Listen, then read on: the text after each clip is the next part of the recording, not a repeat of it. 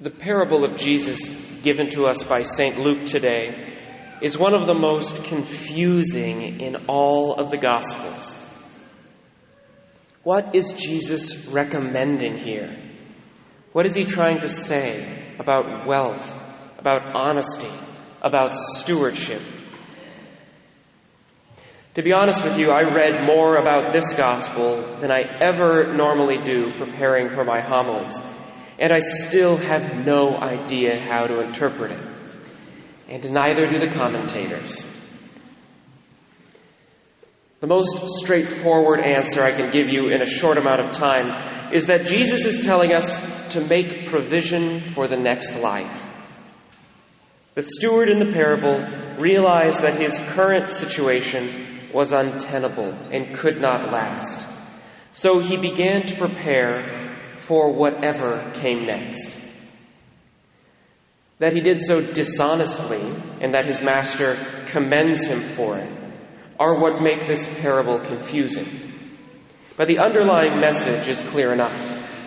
Use whatever resources are available to you now to get ready for the things to come. In our case, what comes next is heaven, and what we do with our resources on earth is going to determine how we are received in heaven. If we love God more than we love our mammon, and mammon just means material possessions, by the way, if we love God more than we love our mammon, then we will realize that our mammon is not something to be clung to, but is merely a tool to be used and given away in preparation for the life to come. Now, that being said, I want to focus in on one of the phrases near the end.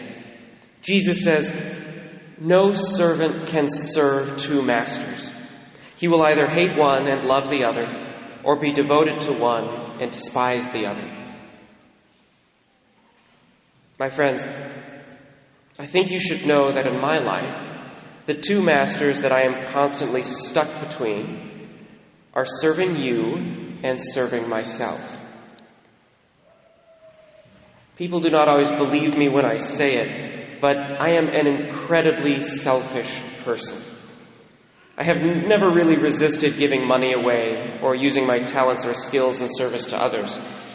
But I say that I'm a selfish person because whenever someone asks me for something, whenever someone wants to rely on me for something, I shut down and want to run away. The thought of being relied upon fills me with dread. Now, as one priest responsible for 1,600 families, I obviously cannot be available to every person at every moment.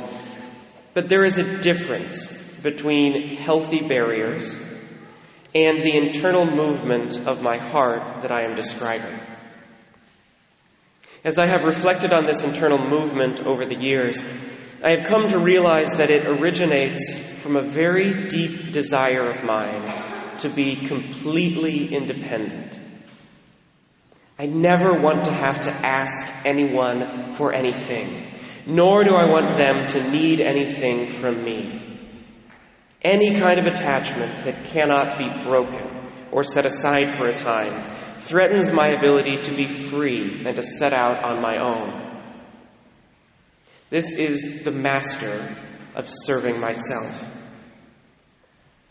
And this is why I believe God called me to the priesthood, because every vocation is designed to lead us to holiness.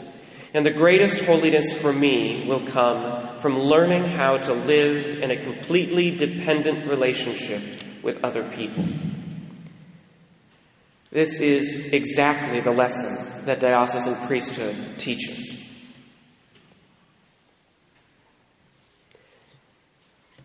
How people rely on me should be obvious.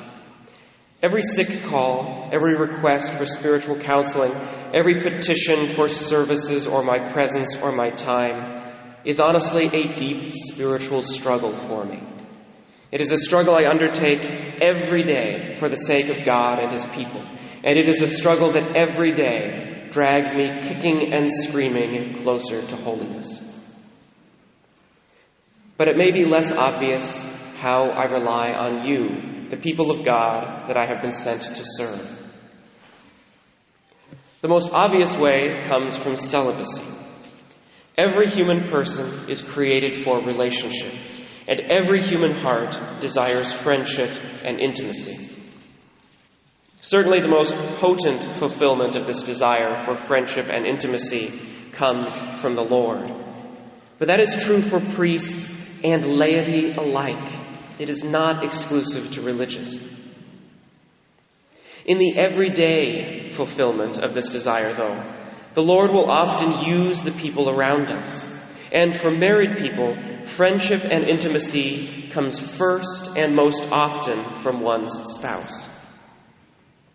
But a celibate has to rely on his or her community for daily friendship and intimacy, be that a religious community or a parish community. By committing myself to lifelong celibacy, I have made my need for relationship permanently dependent on you, the people of God I have been sent to serve. I have ensured that if I want to be happy in this life, I have to rely on you and cannot rely only on myself. This, by the way, is why it was and is so important to me that I live on the parish property, because it serves as a constant reminder that I depend on the people of the parish and that I belong to them. The other primary way that I rely on the people of God is financially. I am not a mendicant, which means I do not take a vow of poverty. I do receive a modest income from the parish budget, and I am free to use that income as I see fit. But, and this is what is so horrifying to me, I am not here selling a product. Priests do not make money because of the quality of their homilies or their success as a parish administrator, as anyone who has languished under a poor homilist or a negligent manager can attest. Selling a product would allow me to be independent, because my income would rely only on myself and my ability to succeed in an open market. But instead, I make an income exclusively because the people of the parish have decided that the Catholic religion and the Catholic priesthood are worthy of support, independent of what they get out of it. I am forbidden from making money in any other way. If people stopped taking their religion seriously or stopped giving to the church, I would be out on the street. Again, my greatest temptation is a desire to be free of dependent relationships.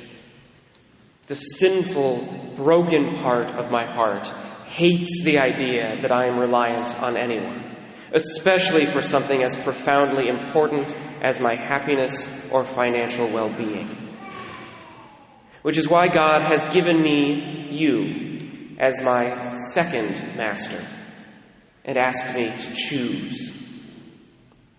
Between my selfish needs and the needs of my people, which will I love and which will I hate?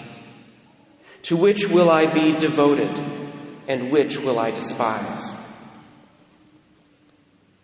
I constantly pray that I should wake up every morning choosing my vocation and my people.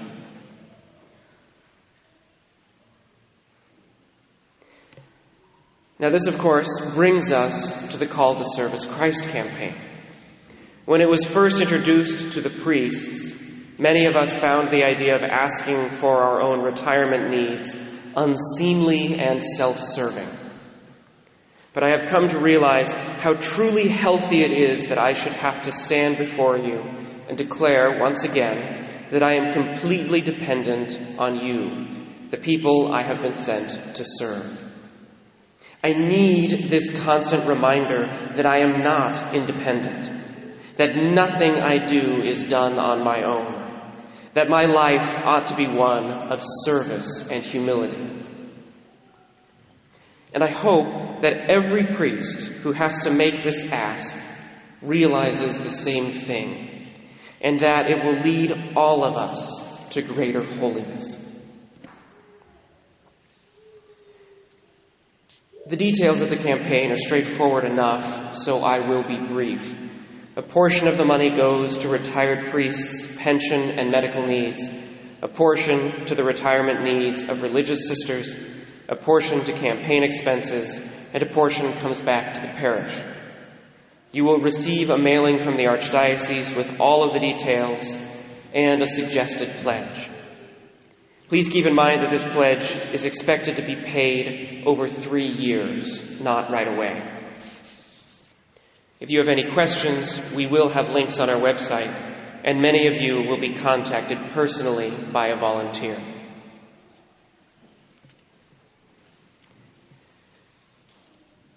My brothers and sisters in Christ, Christianity is a collaborative exercise.